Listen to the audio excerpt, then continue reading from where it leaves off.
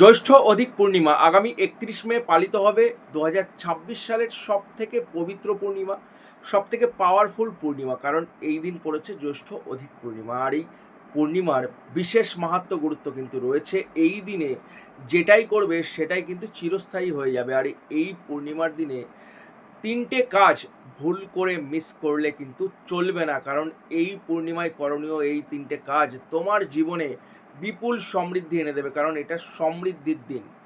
এই দিন করা যে কোনো কাজ তোমার জীবনে বিপুল আর্থিক উন্নতি ঘটাতে পারে, তোমার জীবনের সকল সংকট দূর করে জীবনে উন্নতি নিয়ে আসতে পারে, অগ্রগতি নিয়ে আসতে পারে। কি করতে হবে এই দিনে, অর্থাৎ জ্যৈষ্ঠ অধিক পূর্ণিমার দিন সকালবেলা বা ভোরবেলায় স্নান করা, গঙ্গা স্নান করা অত্যন্ত পবিত্র বলে মনে করা হয়। এই দিন অবশ্যই যদি সম্ভব হয়ে থাকে গঙ্গা স্নান করতে পারো, যদি না হয় তাহলে অন্তত বাড়িতে স্নানের জলে গঙ্গা জল মিশিয়ে স্নান করো।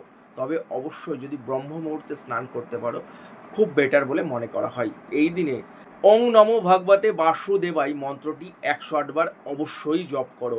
100% নিশ্চিত থাকতে পারো। ভিডিওটি সেভ করে রাখো, শেয়ার করে রাখো প্রিয়জনদের সাথে।